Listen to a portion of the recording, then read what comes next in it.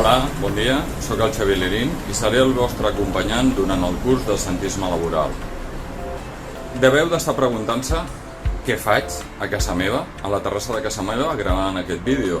I el primer que us deu de vindre al cap és pensar que avui no he anat a treballar. Quins són els motius que fan que no hi hagi anat a treballar? Com me trobo a l'empresa per prendre aquesta decisió? Està justificat? Està injustificat? Com ha fet el teletreball a l'absentisme? M'agradaria que conjuntament desenvolupessin les eines per evitar aquesta situació tan econòmicament costosa per les companyies. Hi ha solucions, i aquestes deuen de ser imaginatives, perquè no estem parlant d'un número, estem parlant de persones. Us espero en aquest curs. Ens ho passarem molt bé. Gràcies. Fins aviat.